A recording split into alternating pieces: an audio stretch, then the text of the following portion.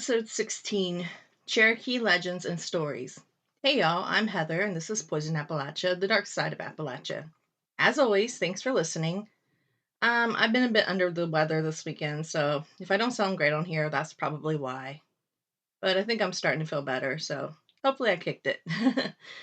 I've covered a couple of real life things in the past couple weeks, and I'm ready to take a break from reality.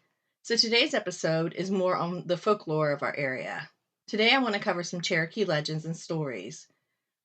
I've kind of gone back and forth on this since I'm not native. Is this cultural appropriation?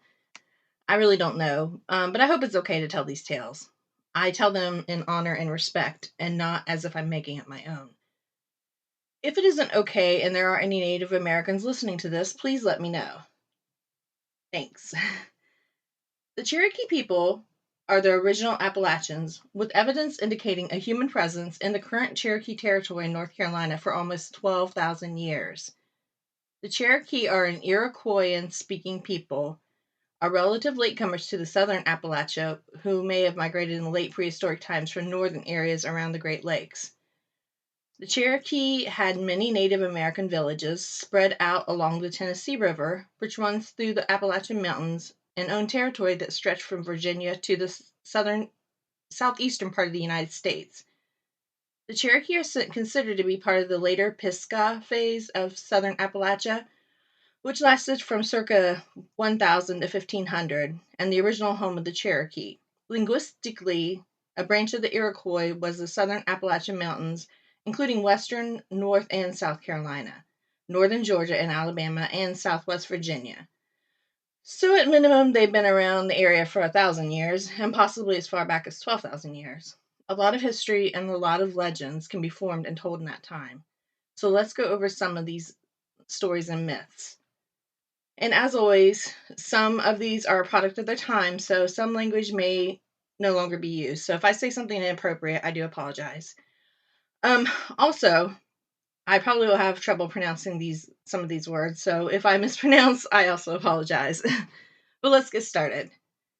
How the World Was Made by Catherine Berry Judson in 1913. Catherine Berry Judson was a professor of history at the University of Washington. She compiled and edited 4 collections of native myths and tales. So here's the story from her. How the World Was Made. The earth is a great floating island in a sea of water. At each of the 4 corners, there is a cord hanging down from the sky. The sky is of solid rock. When the world grows old and worn out, the cords will break and the earth will sink down into the ocean. Everything will be water again. All the people will be dead. The Indians are much afraid of this. And a long time ago, when everything was all water and the animals lived up above in Galun Halati, beyond the stone arch that made the sky, but it was very much crowded. All the animals wanted more room. The animals began to wonder what was below the water, and at last Beaver's grandchild, Little Water Beetle, offered to go and find out. Water Beetle darted in every direction over the surface of the water, but it could find no place to rest. There was no land at all. Then Water Beetle dived to the bottom of the water and brought up some soft mud. This began to grow and spread out over every side until it became the island, which we call the Earth. Afterward, this earth was fastened to the sky with 4 cords. But no one remembers who did this. He flew all over the earth, low down near the ground, and it was still soft. When he reached the Cherokee country, he was very tired. His wings began to flap and strike the ground, and there was a valley wherever they struck. Whenever the wings turned upward again, there was a mountain. When the animals above saw this, they were afraid the whole world would be mountains, so they called him back. But the Cherokee County remains full of mountains to this day. And that's in North Carolina. When the earth was dry and the animals came down, it was still dark. Therefore, they got the sun and set it on a track to go every day across the island from the east to west, just overhead. It was too hot this way. Red Crawfish had his shell scorched a bright red so that his meat was spoiled. Therefore, the Cherokee do not eat it. Then the medicine men raised the sun a hand's breadth in the air, but it was still too hot. They raised it another time and another time. At last, they raised it 7 hands' breadths so that it was just under the sky arch. Then it was right, and they left it so. That is why the medicine men called the high place the seventh height. Every day the sun goes along under this arch. On the underside, it returns all night on the upper side of the arch to its starting place. There is another world underneath this earth. It is like this one in every way. The animals, the plants, and the people are the same, but the seasons are different. The streams that come from down from the mountains are the trails by which we reach this underworld. The springs are the springs at their head are the doorways by which we enter it. But to enter the other world, one must fast and then go to the water and have one of the underground people as a guide.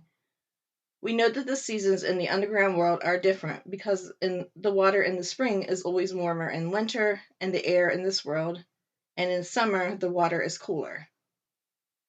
We do not know who made the first plants and animals, but when they were first made, they were told to watch and keep awake for 7 nights. This is the way young men do now when they fast and pray to their medicine. They tried to do this. The first night, nearly all animals stayed awake. The next night, several of them dropped asleep, and on the third night, still more went to sleep. At last, on the seventh night, only the owl, the panther, and one or two more were still awake. Therefore, these were given the power to see in the dark, go about as if it were day, and kill and eat the birds and animals that must sleep during the night. Even some of the trees went to sleep. On the cedar, the pine, only the cedar, the pine, the spruce, the holly, and the laurel were awake all 7 nights. Therefore, they are always green. They are also sacred trees. But to the other trees it was said, because you did not stay awake, therefore you shall lose your hair every winter. After the plants and animals began to come to the earth, at first there was only one man and one woman. He hit her with a fish. In 7 days, a little child came down to the earth. So people came to the earth. They came so rapidly for a time it seems as though the earth could not hold them all. So that's that story. The next couple of stories I'm going to read were by James Mooney. James Mooney was an American ethnographer who lived for several years among the Cherokee, known as the Indian Man. This is in like the early 1910s and 20s. A lot of the written history was recorded by him. Mooney, who spent much of the time with the Cherokee, by then removed to Indian Territory, which is what now Oklahoma and North Carolina. For many years, he worked with the Eastern Band of Cherokee Indians. Elder and translator Will Westlong. He studied their language, culture, and mythology. This comprehensive volume compiled 126 Cherokee myths, including sacred stories, animal myths, local legends, wonder stories, historical traditions, and miscellaneous myths and legends. Some myths included, and we'll start with this one, how the deer got his horns. In the beginning, the deer had no horns, but his head was smooth just like a doe's. He was a great runner, and the rabbit was a great jumper. And the animals were all curious to know which could go further in the same time. Now, just a side note here, Rabbit is talked about in a lot of these stories. He's kind of a trickster. So I'll probably read a couple with Rabbit. Just wanted to kind of bring that in here. But let's go back to the story. They talked about it a good deal, and at last arranged a match between the two, and made a nice large pair of antlers for a prize to the winner. They were to start together from one side of the thicket and go through it, then turn and come back, and the one who come out first was to get the horns. On the day fixed, all the animals were there with the antlers put down on the ground at the edge of the thicket to mark the starting point. While everybody was admiring the horns, the rabbit said, I don't know this part of the country. I want to take a look through the bushes where I am to run. They thought that all right, so the rabbit went into the thicket, but he was gone so long that at last the animals suspected he must be up to one of his tricks. They sent a messenger to look for him, and away in the middle of the thicket he found Rabbit gnawing down the bushes and pulling them away until he had a road cleared nearly to the other side. The messenger turned around quietly and came back and told the other animals. When Rabbit came out at last, they accused him of cheating, but he denied it until they went into the thicket and found the cleared road. They agreed that such a trickster had no right to enter the race at all, and so they gave the horns to the deer, who was admitted to be the best runner, and he has worn them ever since. They told the rabbit that as he is so fond of cutting down bushes, he might do that for a living thereafter, so he does to this day. This one here is from James Mooney, also. The Moon and the Thunders. The sun was a young woman and lived in the east, while her brother, the moon, lived in the west. The girl had a lover who used to come every month in the dark of the moon to court her. He would come at night and leave before daylight, and although she talked with him, she could not see his face in the dark, and he would not tell her his name until she was wondering all the time who it could be. At last she hit upon a plan to find out. So the next time he came, as they were sitting together in the dark of the Asi, she slyly dipped her hand into the cinders of ashes of the fireplace and rubbed it over his face, saying, "Your face is cold, you must have suffered from a wind," and pretending to be very sorry for him, but he did not know that she had ashes on her hand.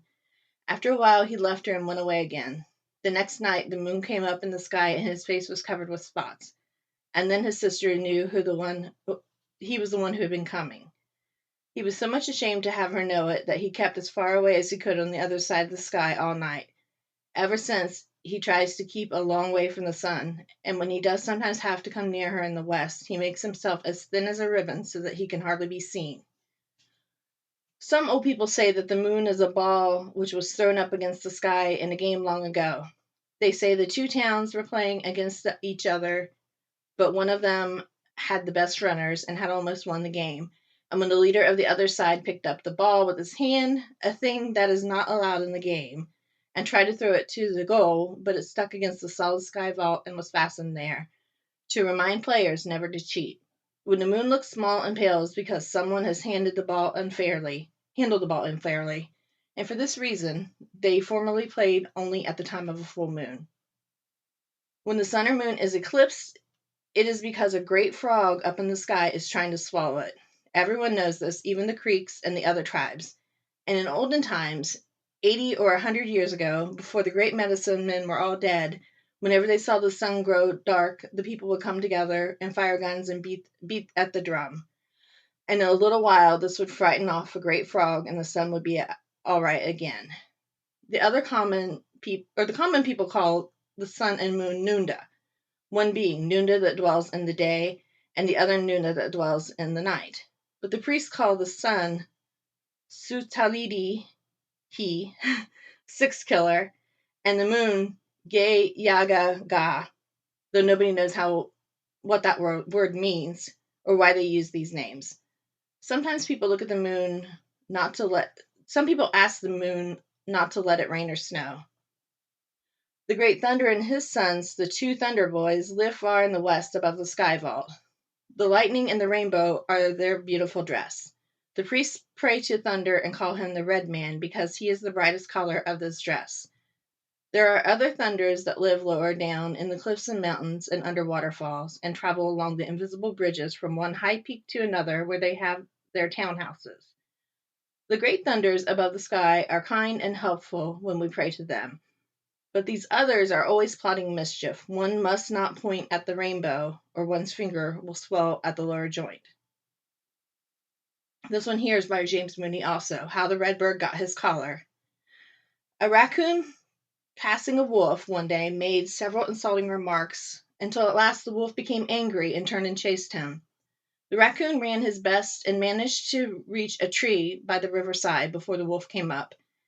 He climbed the tree and stretched out on a lower limb overhanging the water. When the wolf arrived, he saw the reflection in the water, and thinking it was Raccoon, he jumped on it and was nearly drowned before he could scramble out again, all wet and dripping. He lay down on the bank to try to dry and fell asleep. And while he was sleeping, the raccoon came down the tree and plastered his eyes with dung. When the wolf awoke, he found he could not open his eyes and began to whine. Along came a little brown bird, through the bushes, and heard the wolf crying and asked what was the matter. The wolf told a story and said, "If you will get my eyes open, I will show you where to find some nice red paint to paint yourself." "All right," said Brown Bird. So he pecked at the wolf's eyes until he got off all the plaster. Then the wolf took him to a rock that had streaks of bright red paint running through it, and the little bird painted himself with it. And that has ever since been a red bird. So the next couple of stories are just different Cherokee legends that I found online. I saw quite a few of Spearfinger. So that's what we'll start with. Legend has it the Spearfinger is a shape-shifting witch with stone skin and a long obsidian knife in place of one of the fingers on her right hand.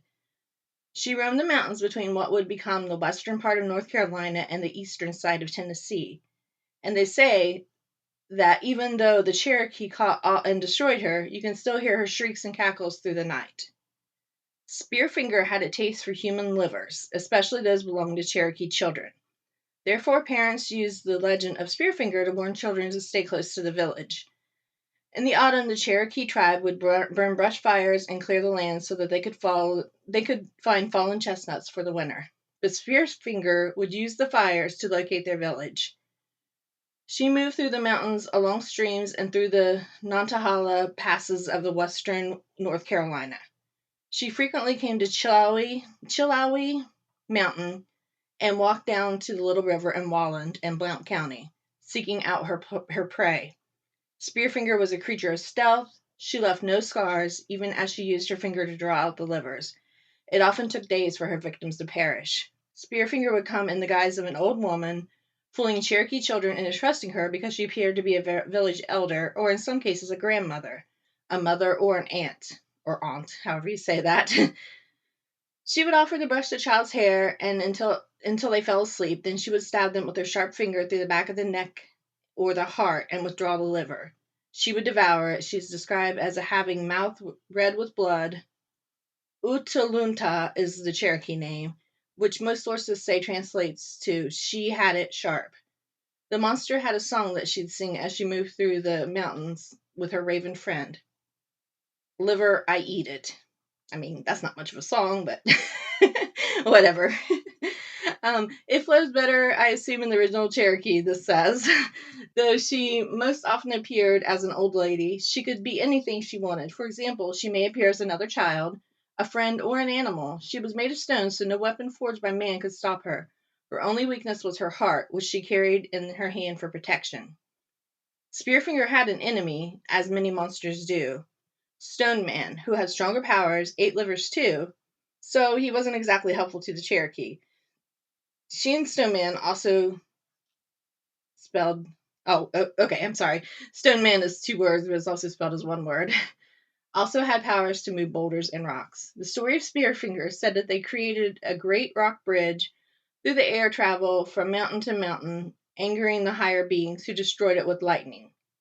The remnants of the bridge remain visible today near her hunting ground of Whiteside in Jackson County, North Carolina, which is far to the south, close to the Georgia border. Known as Thunder Mountain, Whiteside offers some of the highest sheer cliffs in the Appalachian Range. Eventually, the Cherokee set a trap for Spearfinger, digging a deep pit and disguising it as you would a tiger trap. They set fire to attract the mountain witch's attention. Soon, an elderly woman came along the trail and fell into the pit. Revealing herself to be the old witch, the Cherokee warrior's arrows, however, had no effect on the stone-like skin. Eventually, a titmouse came and told the hunters to aim for her heart, but not knowing the heart was in the figure's right hand, aimed for her chest with little impact. When that didn't work, the hunters caught the titmouse and cut off his tongue. The bird was then known to the Cherokee as a liar. Although, in fairness to the titmouse, it sounds a bit like miscommunication. Finally, a chickadee came and landed on the hand which carried her heart. The hunters eventually severed her heart from her hand and put an end to the witch, earning the chickadee a reputation among the Cherokee as a truth teller. Now, if the small bird perches near a loved one's home while they are away, you can expect a safe and happy return for the traveler. Meanwhile, Stone Man saw Spearfinger's fate as a warning to himself and soon went back to his liver-eating ways. Stone Man was even more powerful with rock and stone than Spearfinger, and moved about the mountains with a staff. However, the Cherokee eventually conquered the Stone Man as well. Stone Man could not bear the sight of menstruating women, and according to legend, the sight of 7 menstruating women would end him. The Cherokee arranged 7 women along the trail where Stone Man in the guise of an old man would come. It worked, evidently. Stone Man had fallen weak. A medicine man pinned him to the ground and built a fire over him. Stone Man called for bears and deer and all the animals in the mountains, but he eventually succumbed to the burning pile. So, that's an interesting one. This one I got from the Smoky Mountain website. It's called Atagahai, or Atagihi, I'm not sure, the Enchanted Lake. According to Cherokee tradition, hidden deep within the Smoky Mountains, there is an enchanted lake that humans cannot see, known as Atagahai. This magical lake is an oasis for animals of every kind, with thousands of water birds, fish, reptiles, and bears enjoying its water.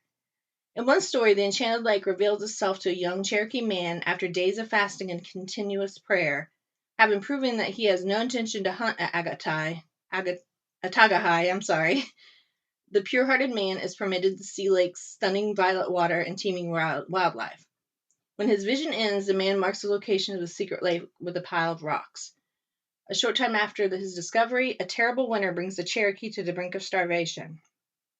Faced with no other choice, the young hunter returns to Atagahai to bring food back to his family.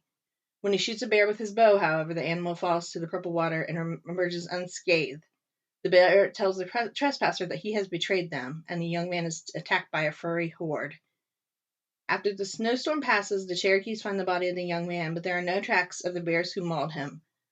Although Atagahai was forever sealed off from human intervention after the young man's treachery, legend has it that you can still see the morning mist rising from the magic lake when you stand at the top of Klingman's Dome, which they just renamed that back to the Native American name, but I forgot to get the name for that, so I do apologize.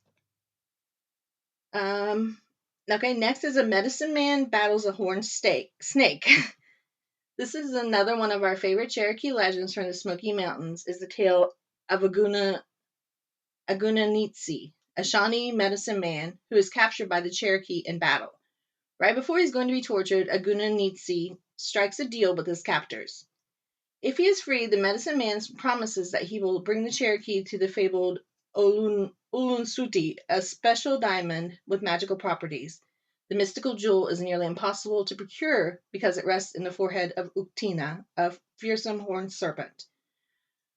Released by the Cherokee, Agunanitsi sets out to find the diamond and the snake who wears it.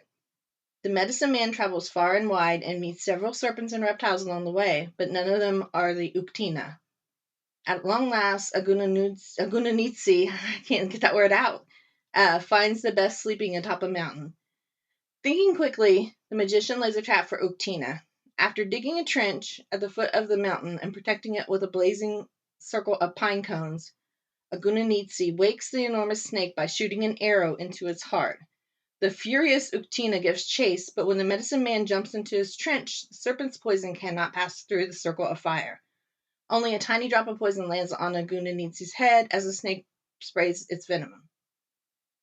Eventually, the Uktina dies from the arrow lodged in his heart, and the magician calls all of the birds in the forest so they can feast on the remains of the giant snake. After 7 days, Agunanitsi returns to the land with the glittering Ulunsuti diamond waiting for him where the beast's corpse was devoured. With the magic jewel in his possession, Agunanitsi becomes the greatest medicine man in his community.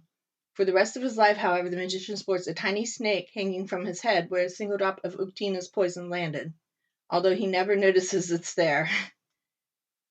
The Great Rabbit steals a fur coat. The Cherokee used to call the Gregory Bald Mountain Sitsui, which means rabbit place. The grassy slope was so named because it was believed that the mountain was the home to the Great Rabbit, a mythical creature who was larger than your average bunny. The Great Rabbit was a famous trickster and the chief of all the little rabbits who lived at Gregory Bald. In one of the Cherokee legends from the Smokies, the Great Rabbit executes a scheme to steal the best coat in the animal kingdom. As the story goes, all of the critters in the mountains decided to hold a council to determine whose coat was the most impressive. Everyone was eagerly anticipating the arrival of the otter, who was known to have a particularly majestic pelt. Sensing an opportunity for mischief, Rabbit journeys up the creek to help Otter find his way to the council. During the trip, Rabbit and Otter stop for a night's rest along the water. Helpful as always, Rabbit warns Otter that their campsite is located in a place called Ditatlaski Yi, the place where it rains fire. Rabbit volunteers to stand guard for any molten precipitation and advises Otter to hang his coat on a limb before he goes to sleep so it won't get burnt. As soon as Otter drifts off to dreamland, Rabbit places hot coals from the fire on a paddle and launches them towards his unsuspecting friend. With screams of "It's raining fire," Rabbit rouses Otter from his sleep. The panicked Otter jumps in the water, leaving his coat behind for Rabbit's taking. Otter still makes his home in the river to this very day. When a fashionably dressed critter makes his way to the council, all of the animals wonder why Otter is covering his face with one of his paws. Seeing through the ruse, Bear unmasks Rabbit and takes a swipe at him with claws. However, Rabbit is too quick and only loses his tail to the bear's fury. Side note, I've been to Gregory Bald. It's a beautiful place. I went in the spring and there were flowers everywhere. It's right underneath where Klingman's Dome is, which I still don't know what that name is now, and I apologize. But it is a beautiful area. Next, how the honeybee got its stinger. Back in ancient times, when people were pure and could converse with the animals, the creator would visit them. The people asked for the creator for something that was sweet to the taste. So the creator sent the bee, but the bee had no stinger. Down came the bee and found a suitable tree in which they could build their hive, live in, produce honey, and multiply and feed its young. Soon the people came to the bee and asked for some of the sweet syrup, and the bee gave each person a containerful. The people loved the syrup and greedily ate it, then went back to the bee for more. But the bee replied, I have no more to give you for a while. You'll have to wait. The people were not happy, as they craved the sweet syrup, so they called upon the Creator, saying, the bee does not give us enough of the golden syrup. We want more. The Creator listened and sent down the flower people. The flower people began to spread all types of flowers across the land, giving the bees greater access and a variety of flowers to pollinate to make more honey. The flower people spread all kinds of beautiful wild flowers around to attract the bees, bright blue, red, orange, purple, and yellow. More bees were created to help pollinate the flowers. The hive grew to be very large. The people, now seeing how big the hive was, went to get more of the sweet syrup. So the bees gave all their syrup to the people, but left enough to feed their young. The people devoured the syrup and wanted more. The bee responded, we not have any more. You will have to wait. The people were angry and asked the flower people to make more flowers so they could have more of the golden syrup to eat. The flower people responded, we made all the flowers we could, and now they are pollinated. You will have to wait until spring. No, said the people, we want more now. So they went back to the bee's hive and tore it apart, killing almost all of the bees and taking the syrup. The remaining bees were angry. They asked the Creator what to do. The Creator was also annoyed and at the behavior to the people. So he told the flower people to create some briar bushes for the bees to eat the briars. The bees did as Creator said. They ate the briars and they were transformed into stingers. The flower people created an entire briar patch around the bee's tree. The next day, the people came back and started towards the bee's hive for more syrup, but the briars found the trees scratched and tore at their bodies. Some of the people made it through the briars to the hive, covered in welts, then yelled at the bees, give us more syrup now, or we will do the same we did yesterday, killing your young and destroying your home. The bees became angry and loud hum came from the hive within the tree, and out they swarmed. The bees stung the people over and over until they were covered in welts and sent them running.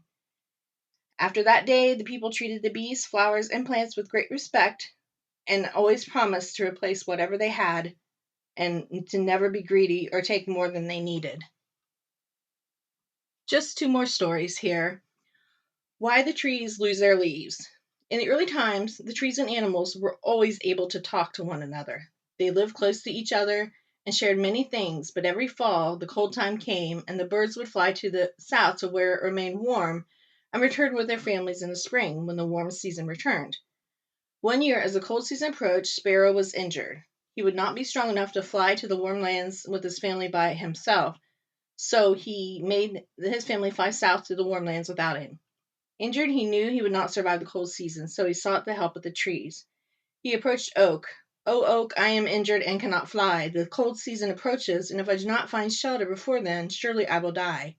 Please, Oak, let me shelter among your leaves and branches during the cold times, that I may heal and greet my family for the return of the spring." But Oak was a crusty old tree and did not relish the idea of having a guest in the cold time. So he told Sparrow, "Sparrow, go find somewhere else to spend the cold time. I do not wish you to spend the cold time with me." And poor Sparrow was hurt in his spirit to be turned away. So Sparrow went to Maple and asked her, "Maple, I am hurt and not able to fly for the warm lands with my family for the cold season. Please let me shelter among your leaves and branches during the cold time, or surely I will perish." And Maple, the very sweet tree, did not enjoy the thought of a guest for the cold time, and she too turned Sparrow away. You go ask someone else to shelter you, Sparrow. I do not wish to spend the cold time with me. I do not wish you to spend the cold time with me." And again, hurt in spirit, Sparrow was turned away. Sparrow went to each tree and asked each for a shelter in the cold time. And every time, Sparrow was turned away until there was no tree left to ask except pine. With no hope left, but not willing to accept death, Sparrow approached Pine. Pine, I am injured and not able to fly to the south to the warm lands with my family. If I do not find shelter before cold time, I will surely perish. Please let me shelter among your leaves and branches during this cold time. Pine thought to himself, I am the least of the trees. What can I do? But his heart heard Sparrow's plight. Sparrow, my leaves are tiny, more like needles, and my branches are not as many as the other trees. But what I have you are welcome to share. So Sparrow spent the cold time with Pine, and when the warm times returned in the spring, Sparrow's family returned also, and Sparrow had healed over the cold time and flew to greet their return. Creator had seen and heard all that happened between Sparrow and the trees, and Creator called a great council to the trees and spoke to them. You who were given so much, who had so much, would not share the least of what you had with Sparrow in his need. Because of this, from this day forward, when the cold comes upon the land, your leaves shall wither and die and blow away. Creator then spoke to Pine. Pine, you who had the least of all the trees, gave so much, have touched my spirit. And when the cold time comes, you of all trees shall keep your leaves. They will remain green throughout all seasons for the gift you have given me. Although through Sparrow, and that is why to this day, that when the cold time comes to the land, all the leaves wither and die and blow away, except for Pine. The Legend of the Two Wolves. This one, I think we probably all heard before, but it's one of my favorites. It's a short one. There's a Cherokee legend about an elderly brave who tells his grandson about life. Son, he says, within all of us there is a battle of two wolves. One is evil. He is anger, envy, jealousy, sorrow, regret, greed, arrogance, self-pity, guilt, resentment, inferiority, lies, false pride, superiority, and ego. He continued, the other wolf is good. He is joy, peace, love, hope, serenity, humility, kindness, benevolence, empathy, generosity, truth, compassion, and faith. The same fight is going on inside of you and inside every person too, explained the wise Cherokee elder. The grandson thought about it for a minute and then asked his grandpa, which wolf will win? His grandfather simply replied, the one you feed. So that's it for Cherokee Legends. I hope it wasn't too long and boring. I thought it was pretty interesting, so I hope you enjoyed it. Just kind of a change from the usual. There are a bunch more legends. I may go over some more someday, but I think that's it for today, especially since I don't feel great. But thank you all for listening, as always. You can follow me on social media under Poison Appalachia. I'm on Facebook, Twitter, Instagram, Threads, YouTube. I'm not on Twitter. I said I was on Twitter, but I'm not. I'm on TikTok. And you can email me at poisonappalachia@gmail.com. But the best way really to contact me is on Facebook. That's where I'm most active. And if you have any questions or any comments, let me know. Thank you for listening, and I'll talk to y'all next week. Bye.